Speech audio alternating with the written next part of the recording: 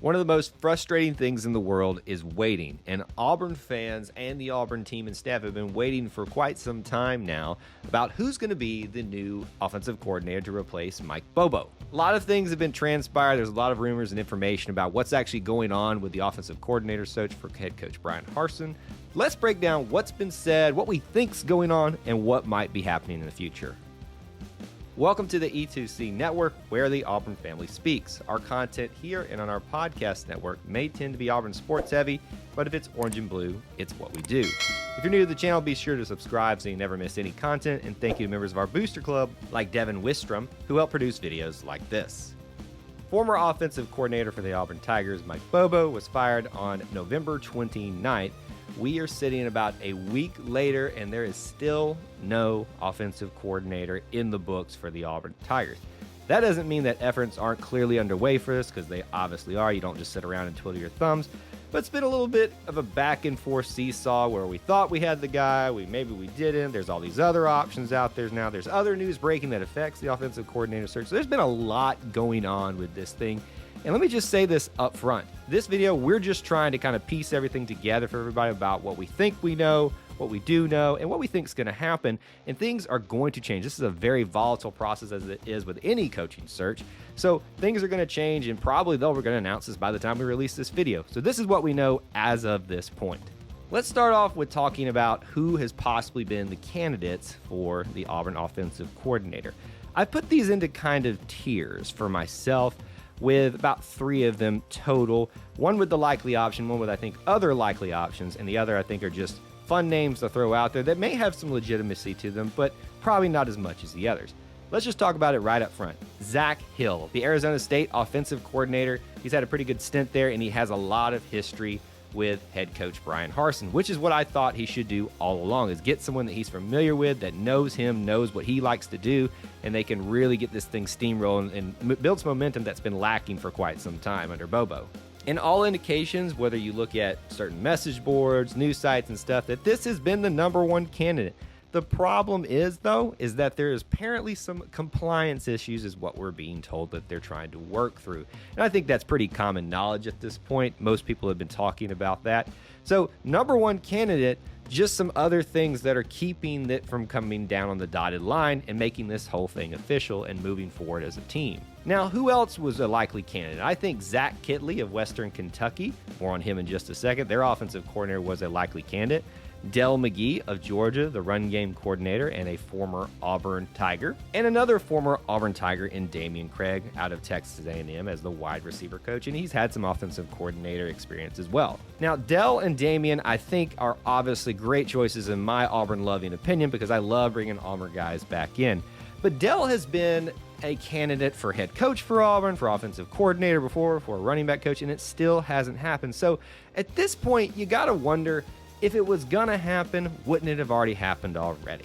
I mean, there's been plenty of opportunities, so either it's just not a good fit for Auburn with him, or him to Auburn, I don't know, but I just feel like it would have happened at this point.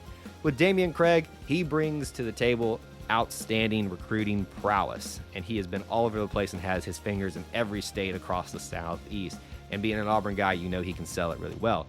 But it's also kind of that thing, we've been there and done that before. Is that really the best option? Hey, whoever's brought in, I don't care. I'm going to support them. But at the same time, I wonder if it's just a case of we've been there and done that before. And then my third tier are just names that are being floated out there, and there may be some legitimacy to some of them being explored, and I wouldn't be surprised at that. But just ones that I want to mention. Brennan Carroll, the son of former USC head coach Pete Carroll. He's the Arizona offensive coordinator. Very hot name right now, Andy Ludwig out of Utah. All you have to do is watch the Pac-12 championship game to see why he's such a hot name. He's their offensive coordinator and potentially an option.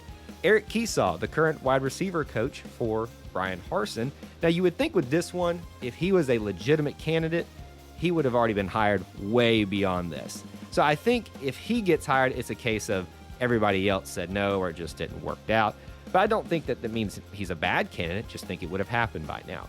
Jeff Grimes, you want to tie Auburn back into it? He's the former offensive line coach for the Auburn Tigers, current offensive coordinator for Baylor. Again, watch the championship game. You'll see why he's a hot name. But his forte is offensive linemen. If you've been on this channel long enough, you know, what do I harp on? Offensive lineman. So out of the ones in this tier, he would be my favorite to be named as offensive coordinator. And then, of course, Dan Mullen. Just stop it, Auburn fans. Don't wish that evil on us. So now that we've talked about the likely candidate and the other candidates, let's talk about what's happened since then. We've already addressed a little bit. Zach Hill's compliance issues. Really, we thought this decision was going to be made and had been made at the turn of the weekend, only a few days after offensive coordinator Mike Bobo had been fired. We thought that it was going to be announced over the weekend, and I was being told it was going to be announced on that Monday. Monday came and went, and here we are on a Tuesday, and nothing has changed. So obviously those compliance issues, if this is all true, are much bigger and taking a lot more time to vet out before Auburn is comfortable actually announcing this hire. Another thing that I think plays into this bit that's interesting is the Bo Nix news of him coming back. We broke that story at the turn of the weekend, and I believe that's still to be true at the time of when we got that information. Now, since then, there's a lot that's transpired. We're going to talk about that in just a second. In fact, we've heard some other news sources addressing that bit of news and have said that they have heard specifically from the family of Bo Nix himself that that is not the case, that he has not confirmed that he is coming back. I would also counter to that he's never said that he was going to leave. He just said he was going to get through his injury and try to figure out what was best for him in his future after that point. So while I do believe we had the correct information at the time, I think things have probably transpired that have made that decision a little bit more difficult to make official. Here's a fun one to talk about. Since then, Joe Brady has been fired by the Panthers. I consider this a minor thing personally, but every Auburn fan wants the sexy hire, and this is it right here. Everybody wants Joe Brady because of what he did in his one season with Joe Burrow. Now, I would counter to you to remember this. Same type of scenario that's discussed with Ed Orgeron and his one-hit wonder can be applied to the offensive coordinator position there as well. He had one great year with one amazing player and was a household name after that. That's not to say he's not a good coach and not a good option. I just don't want to go for the guy that's the most popular thing. I want Coach Harsin to get the guy that he needs, and I don't know that Joe Brady fits that bill. One of the candidates has since been hired, Zach Kittley. In my mind, and this is just pure speculation, I viewed him as number 2 on the list, the Western Kentucky offensive coordinator. He's been hired by Texas Tech, so he's off the table as well. So when you kind of think about this with the whole Bo Nix situation too, if he had kind of unofficially announced to the coaches that he was going to come back, that's probably with the knowledge that Zach Hill was going to be OC, since that's the kind of up in the air at this point, and with the second choice being taken away, I think you can understand why the official notice of that, if there was ever going to be one, would have been put off by some of these things that have happened since then. Here's another thing. The Oregon job has opened up since all of this has transpired. Mario Cristobal has now gone off to Miami, opening up that position.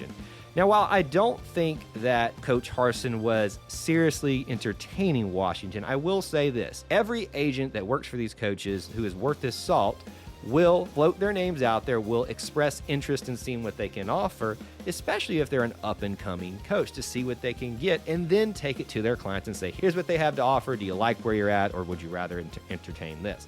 So I would say this. There are rumors out there that agents for Coach Harsin have been in contact and expressed interest in talking about Oregon, but that's what their job is to do. It doesn't necessarily mean that Coach Harsin wants to go to Oregon. I would say it's a better option than Washington. At this point, I wouldn't put too much stock in it, but it is something to consider that could be playing into this OC search. And then some minor things. Since this time, Florida, LSU, Oklahoma, and other major programs have filled their head coaching roles and are now searching for offensive coordinators as well, making it even more difficult to compete for some of these names.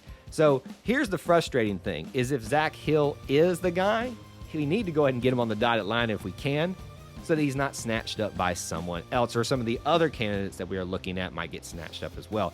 You can also play that into the fact of signing day, early signing day is coming up very, very fast, and some of these offensive recruits may be told in private who the OC is going to be, but you kind of want to have that firm commitment so they probably feel like they can make that early signing period commitment themselves. So that is all the information that we feel like we do know and that we are speculating on at this point. It's important to remember that. Some of this we do know, but some of this we are just kind of piecing together as we go along. I still believe that Zach Hill is the right choice. Problem is, though, this feels like it's going on much longer than it was intended to and much longer than it needs to. If it can't get figured out with Zach Hill, we have got to move on to someone else because of things like recruits and other coaching candidates are going to be taken away. And I know Coach Harsin and the staff knows all this. We're just expressing it here and talking through it ourselves. So that's our breakdown of what's been going on in our update of the offensive coordinator search for the Auburn Tigers. Let me know your thoughts about all this down in the comments section below. We'd love to hear from you there. If you enjoy this type of content, please help support it by smashing that like button. If you want more content from us, be sure to hit the subscribe along with the notification bell so you never miss an upload or a live stream. There's other ways to help support our content listed in the description, such as joining the E2C Network Booster Club or just becoming a channel member here. Both start at $1 a month. Thank you for tuning into the E2C Network, where the Auburn family speaks. War Eagle.